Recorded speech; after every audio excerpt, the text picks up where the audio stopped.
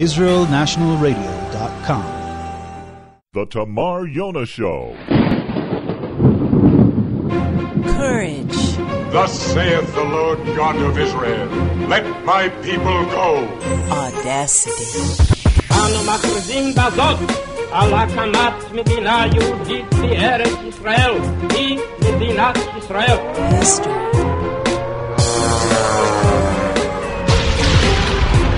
Miracle. No more Hope. no more bloodshed. Shalom, salam forever. Israel. Broadcasting from Bethel, just north of Jerusalem, D.C. That's right, Jerusalem, David's capital. King David's capital. King David's capital. And now, Tamar Yonah. Well, hello everybody. I haven't been on live for a couple of days. I hope you enjoyed the show with Schiffer Hoffman on Sunday. I was down south and couldn't make it. I'm sure a lot of you want to know what I think about what's happening in the news lately with the 1967 borders and what's going on in the United States and the AIPAC speeches and the White House meeting between Prime Minister Benjamin Netanyahu and Obama. I'm going to be talking about all of this in the second half of the show. This is a live show, so in the second half of the show, when we have a free phone line, we'll be able to take one caller at a time, so you can call in with any comments or questions that you have on what you've experienced in the last few days since I've been live at the mic here. Also, I just want to give a shout out. I want to actually give my best to the people of Joplin, Missouri, who have gone through such horrible tornadoes there. I've been watching the news, and it's horrifying. It looks like a nuclear war has hit Joplin, Missouri in America. It is devastating to watch what has gone on there, to see the photos with cars piled upon cars and complete devastation, like a nuclear war, like after a nuclear war. All right, we have a few minutes left before the end of this segment, so maybe I should try to play you a little bit of audio that was taken from one of the speeches of Prime Minister Benjamin Netanyahu on his trip to America right now. And I'm going to do my best to play this audio because I don't have all of my equipment here in front of me, but let's try to do this. Here he is talking to an American audience, and let's try to see if we can get this to play. We can only make peace with the Palestinians if they're prepared to make peace with the Jewish state.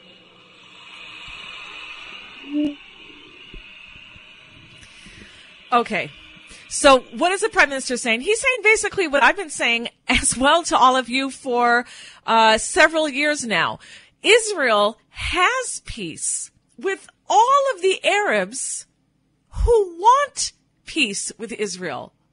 The only Arabs that Israel doesn't have peace with are the Arabs who don't want peace. So the Prime Minister is now saying this as well. It's obvious. But people think, oh, Israel's not serious about peace. Oh, there's no. We have peace with the Arabs that want peace. We have Arabs that live inside of Israel, in our borders, in Israel proper, in Tel Aviv and in Jerusalem and all the major cities here in Israel. I just went to the pharmacy today. The guy who served me was an Arab. He's an Arab pharmacist. They go to university here. Some Arabs aren't interested in politics. They're not interested in even religion so much. They just want to have a decent life, be able to give their kids an education, be able to take vacations, pursue a career that interests them. They want a piece of the pie. And with people who want a piece of the pie and they're not looking to start any trouble, they can be religious Muslims as well if they're willing to live in peace with Israel, if they can handle that dichotomy sometimes. But we have peace with all of the Arabs that want peace. And the only Arabs Israel doesn't have peace with are the Arabs who don't want peace. And my friends, the Arabs in the Palestinian Authority obviously do not want peace. In fact, their leaders definitely don't want peace because they keep putting their foot or a stick in the cogs of the wheels all the time in order to stop any type of peace process. Not that I am for a peace process that entails a formula of land for peace, but I would like to have peace with the Arabs. I would love to have peace with my neighbors, but they can't make a state in the belly and in the heartland of Israel. And they can't throw the Jewish people out of their homeland, and they can't throw me out of my house in order to make peace. Let's listen to another spot here of what Prime Minister Benjamin Netanyahu is saying. Tomorrow in Congress, I'll describe what a peace between a Palestinian state and the Jewish state could look like. But I want to assure you of one thing. Okay. Before he goes into that, the idea of what I believe the Prime Minister is saying what a Palestinian state would look like would be more, I think, what he's trying to say is more like cantons. There would be cities and Arab villages and land where they are concentrated, where they can rule themselves, but they can't be a completely independent state because then they could militarize themselves and they can fly airplanes over their where their houses are, which could easily in 30 seconds reach Israel. We are that close. Bet El borders on Ramallah. It's a stone's throw away, literally a stone's throw away. So they would not be able to use airplanes. They would not be able to have helicopters. They would not be able to have an army. And they won't accept that because they thrive for the battle. They live for jihad. Let's hear a little bit more of what he has to say. It must leave Israel with security. And therefore, Israel cannot return to the indefensible 1967 lines. Okay. And I will talk more about that, by the way, tomorrow on the show, and about the indefensible lines of the 1967 old borders that we used to have. And I'm going to talk about why there cannot ever be a Palestinian state because, and get this through deep inside of you so you can pass it on to other people. Remember this phrase I'm going to tell you. So when anyone ever talks about the two-state solution, and they always follow it up, like the President of the United States also, always follows it up with the two-state solution, with the two states living side by side in peace and security. Those are two separate matters completely. They will never live side by side in security because the Arabs will always be attacking Israel, the infidel nation in their view. It can't happen. But remember this phrase and pass it on to others. And this is the phrase. The two-state solution is the final solution. I'm going to repeat that. The two-state solution is the final solution. Israel would not be able to defend itself. Israel would be completely vulnerable to Arab attacks. And they will come, just as every time Israel retreats, the Arabs get emboldened and they attack even more. Look what happened when we pulled out of Gush Katif. More rockets on Sderot, and then it went further than Sderot. It went to Ashkelon. It went to Ashdod. It went worse and worse and worse because they smell fear and they have even less respect for us. More when we get back from the show.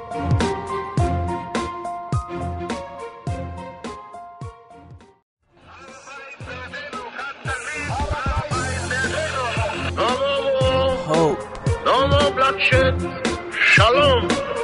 Salam forever. Israel. Broadcasting from Bethel, just north of Jerusalem, D.C. That's right, Jerusalem, David's capital. King David's capital. King David's capital. And now, Tamar Yonah. All right, so the Prime Minister of Israel, Benjamin Netanyahu, is in America making speeches, speaking with the President of the United States, trying to clear up this 1967 going back to borders and splitting Jerusalem, the holy city of Israel, and the city that God specifically says not to split in half, and that there will be consequences, and that who's going to be doing this but Gog, of Gog and Magog, the story of Gog and Magog. So who is Gog today? I don't know. Some people say it's Obama. Who knows who's going to fulfill that role in the future? But whoever does split Jerusalem and try to split Jerusalem will know who Gog is. Let me play a little bit more of what some audio that I have. I got this from Israel's IBA First Channel News, and I want to play a little bit more for you. Just another thing that he said here. Let's go to some of this audio, and then I'm going to comment on that. By the way, you can call into the show. This is a live show if you're listening between 7 and 8 p.m. Holy Time right here in the land of Israel, or if it's between 12 noon to 1 p.m. That means that we are live, and you can call into the show 1-800-270-4288. Talk to me. Tell me what's on your mind about all the news that's going on with Obama and Netanyahu and Israel and the Palestinian Authority and a state being carved out in the heartland of Israel, and me maybe losing my home. How about that? And thousands of other me's here in Yesha that are just as important, if not more important, than little old me. And what's going to happen there? And will that bring peace? Oh, if Tamar gives up her home, would that bring peace to the world? At least just to the Middle East? Let's go to some more audio here from Benjamin Netanyahu, the Prime Minister of Israel, at one of his speeches yesterday. But tonight I want to express Israel's gratitude for all you are doing to help strengthen Israel and the great alliance that Israel has with America. You help maintain our qualitative military edge. You back sanctions against Iran. You support a genuine peace. You oppose Hamas. And you've joined President Obama and me in denouncing Hamas and demanding that it release our captive soldier Gilad Shalit.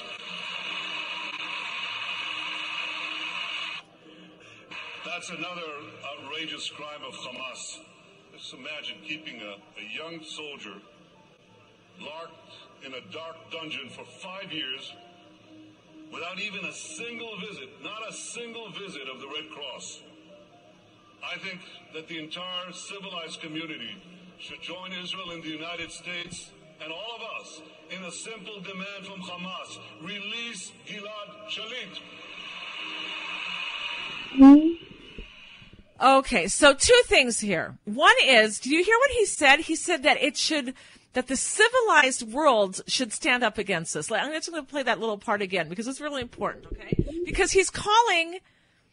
Well, but in essence, he's saying that the Palestinian Authority is not civilized because the Palestinian Authority was part of Gaza. Gaza was part of the Palestinian Authority. They had their elections. They voted in the Hamas and democratic elections, by the way.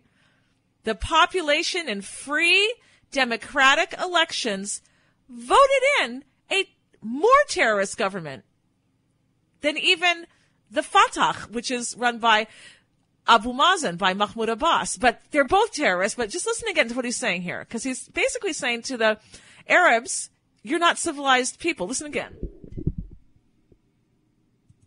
I think that the entire civilized community should join Israel and the United States and all of us in a simple demand from Hamas: release Gilad Shalit. Okay, so now another key issue here that he's talking about is, of course, our beautiful son, Gilad Shalit. And if we want Gilad Shalit released, we all have to really feel that he is our son, not just Mr. and Mrs. Shalit's son, but he is our son. That's my son being held captive. That is your son being held captive. That's what Ahavat Yisrael is. Loving your fellow Jew as if that they are you, that they are a part of you, that they're your brother. Gilad Shalit is our son. Now, we just read in the news this month, in the month of May, go look it up on the Google, go ahead and Google it, don't believe me, that the Palestinian Authority has united, that Abbas has united, the Fatah have united with the Hamas. They've reconciled their differences. They're going to join and have unity. Now, if that is the case, and we have to believe them at their word, that's what they say, then Abu Mazen, who is Mahmoud Abbas, a.k.a. Mahmoud Abbas, or Mahmoud Abbas, a.k.a. Abu Mazen, Mahmoud Abbas is now responsible for Gilad Shalit. Because if he, indeed, and his terrorists with him have reunited with the Hamas, and Mahmoud Abbas is the head of the Palestinian Authority, then Mahmoud Abbas is now responsible for Gilad Shalit. We shouldn't even have to go to Hamas. We should just go to the closest address, the quote-unquote more moderate address, the one who wears a suit and tie and deals with the world and signs the contracts and signs peace treaties, and the one who's basically representing the quote-unquote Palestinian Authority. We should go to him. So now it is Mahmoud Abbas's responsibility to return Gilad Shalit to us. And if he does not, since he is united with the Hamas, if he does not demand that he be released, that the Hamas release him, because now they're reconciled and they're united and he's the head of this union, then he is the kidnapper as well. Should a kidnapper be treated like a statesman? And not only is Gilad Shalit, our son, kidnapped and sitting in a dungeon, lying in a dungeon on some cold, freezing cement floor, maybe eating bugs for a meal, because that's what they do sometimes to humiliate you and to degrade you and to make you feel like you're not a human being anymore, and so you have no rights. You won't even think of demanding anything. You act like a non-human because you are treated that way over and over and over again. The Red Cross hasn't even visited him, has not been allowed to visit him. Not a letter is allowed to reach him from his parents or back. And Mahmoud Abbas is now responsible for this now that he is reunited with the terrorists of the Hamas. You can call in and comment. You can ask a question. Is something bothering you about what's going on in the news? I'd like to hear from you. Talk to me. Now's your time to do it. We have about 15 minutes left of the show. You have to call now, though, so we can get you on the air. 1-800-270-4288. That's a free phone call for all of our listeners in the United States, Canada, and Israel. 1-800-270-4288. Let's go to some of the latest news today that came out while we're waiting for calls. Here's one. The EU, the European Union, says Jerusalem must be dual capital. The European Union on yesterday, called on Israel and the Palestinian Authority to sign a framework agreement for negotiations that would take place before September, and asked both sides to, quote, avoid taking unilateral steps, unquote. In a statement, EU foreign ministers concluding a meeting in Brussels said that efforts should be made to ensure that Jerusalem became a joint capital for Israel and a Palestinian state. They want to divide Jerusalem because you can't have a joint capital. It won't work. The ministers also announced that another fundraising round would be held for the Palestinian Authority next month. The ministers also congratulated Hamas and Fatah for their reconciliation agreement and said that they hoped that the deal would persuade Hamas to stop shelling Israel from Gaza. They also called for a permanent end to the rocket attacks on Israel and for the release of kidnapped IDF soldier Gilad Shalit. But again, they're going to the wrong address again now because Mahmoud Abbas is now the head of this union. They should be going to him. He's the one who they want to sign these quote-unquote framework agreements, him and his ilk. Here's another one. Mahmoud Abbas says, Hamas part of the Palestinian people. Again. He says here, Palestinian Authority Chairman Mahmoud Abbas addressed late Sunday night for the first time U.S. President Barack Obama's speech at the AIPAC conference and said that Israel must accept the Arab refugees' right of return, and get this, and even compensate them for deportation. Can you believe that? The chutzpah? First of all, who is this criminal making demands to that Israel, a legitimate state, has to accept what these criminals say, what these terrorist criminal murderers say? And then they say that they have to, we have to accept the right of return. People who have not been living here since 1948, over 60 years, and if it's been from after 67, over 40 years. My friends, the definition of a refugee, if I remember this correctly, it's got to be like after 20 years that you're living in another country, you're not considered a refugee anymore. According to the United Nations, as far as I remember, if you've been living in another country for 20 years, you're not considered a refugee anymore. What about all the Jews, by the way, who were kicked out and ran for their lives out of Arab nations in the Middle East and weren't compensated for their homes, for their businesses? They got out with their lives if they were lucky. And this terrorist is making demands on Israel and telling us what we have to accept, and then having the chutzpah to tell us that we have to not only accept them, but compensate them for deportation? Let me go on here. Abbas also noted that despite Netanyahu's statements against negotiations with the Palestinian Authority when Hamas is an integral part of it, he says, quote unquote, Hamas is part of the Palestinian people and is an active opposition member in accordance with democratic rules. So now he's throwing democracy at you all. Let me go to one more article here, and then I'm gonna read you some interesting things here also. A poll says that the Palestinian Authority Arabs want bin Laden buried there. This is from May 9th, a couple of weeks ago. About a week ago. A poll, 2 weeks ago. A poll released Monday showed that 64% of Palestinian Authority residents, 64%, my friends, said that if they had the choice, they would have wanted Osama bin Laden to be buried in Palestinian Authority-controlled areas. First of all, my friends, Osama bin Laden wasn't even born in here.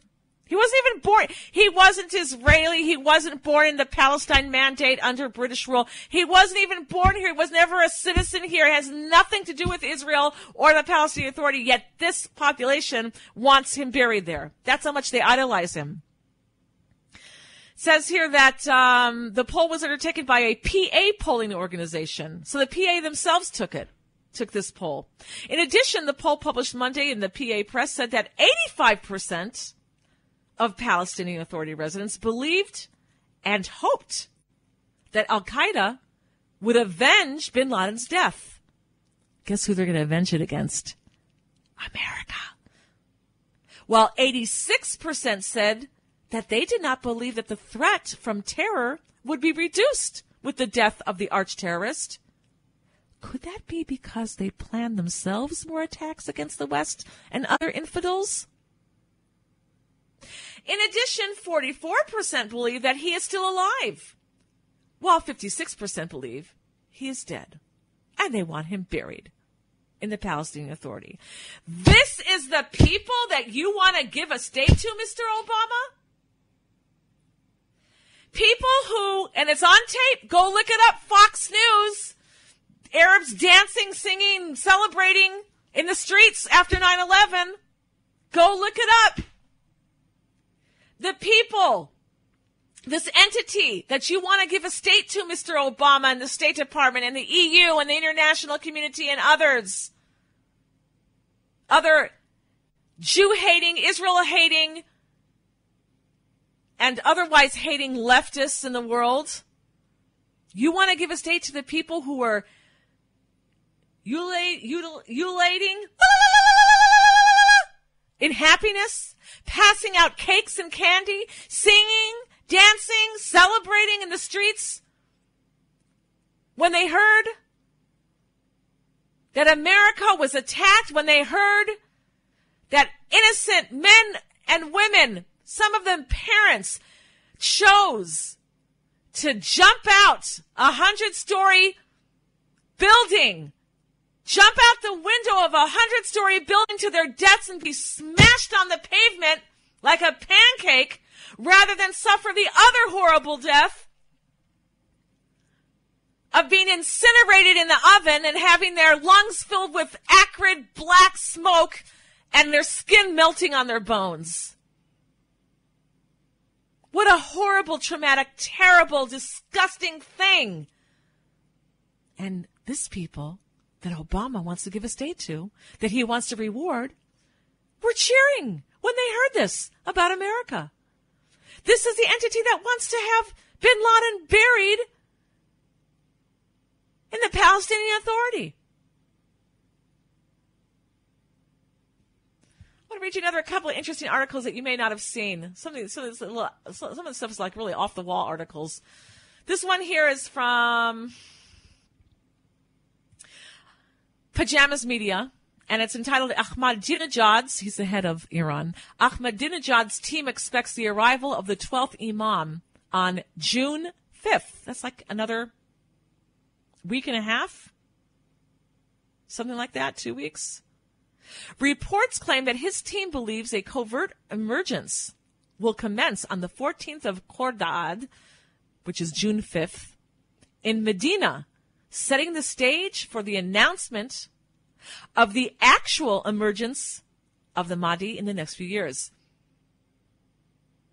He says here, increasing tensions between Iranian Supreme Leader Ayatollah Khamenei and Iranian President Mahmoud Ahmadinejad intensified when hardline clerics exerted pressure on Ahmadinejad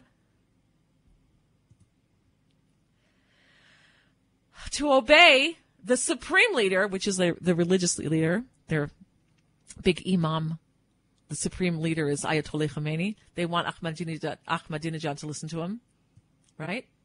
They want him to obey the Supreme Leader as the ultimate authority. Those tensions were exacerbated with the arrest of over 25 of Ahmadinejad's associates and loyalists, along with a high-level member of his inner circle. Supporters of the Supreme Leader, the religious leader, are referring to Ahmadinejad's group as the Deviant Movement. This group, quote-unquote, has announced that within the upcoming weeks, a monumental event will turn the tide to their advantage. So something's supposed to happen on June 5th, which is supposed to be like an omen. They don't use that word. That the Mahdi is coming in the next, up to the next few years, anytime into the next few years. Friends, this is a very good thing. When I read this, I said, look how God works. You see, if we become better people and repent and do what we're supposed to be doing and trust in God and not in governments and not in armies and not in leaders, but trust in God and improve our ways and pray and do acts of random acts of kindness and give charity and be a good human being, God can make this happen where Ahmadinejad and the Supreme Leader, Ayatollah Khamenei, will go at each other's necks. Maybe they'll bomb each other out of creation. And we don't even have to lift a finger. It could turn out that way. There's so many different scenes around the world set up that it could be to our benefit. And yet, we don't know about these things. And we should know because there are opportunities for us to be better and have God protect us in a way where we don't have to lift a finger.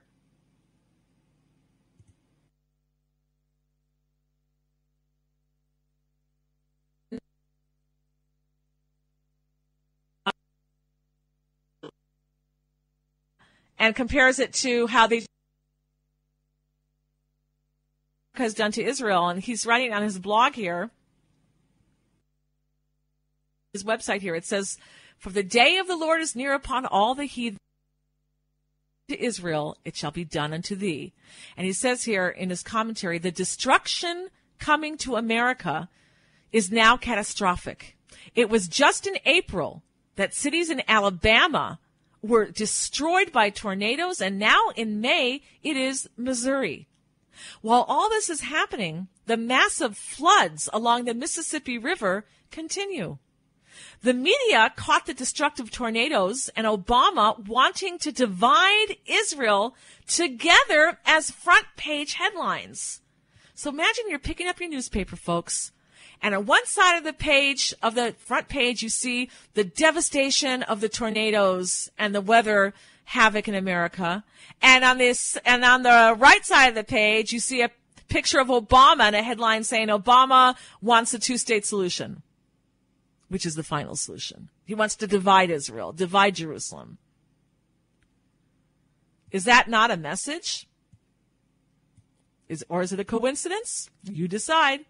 He writes here again, as so often in the past, the destruction hitting America is front page, along with what America is doing to Israel. I have documented this many times, going back to 1938 in my book, As America Has Done to Israel. I have posted the articles so you can see it for yourself. Obama bullies Israel to divide the land, and the land of America is destroyed. One would think after this happened so many times, because he documents this over and over and over again happening, that every time America puts a thumb screws on Israel to give up land, like in Gush Katif, you had Katrina, et cetera, a lot of us have said that.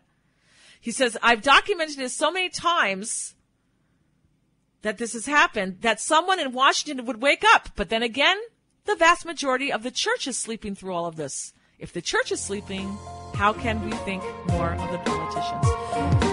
That's from John McTernan's blog, and you can check that out too. If you're a Christian, you might want to take a look there.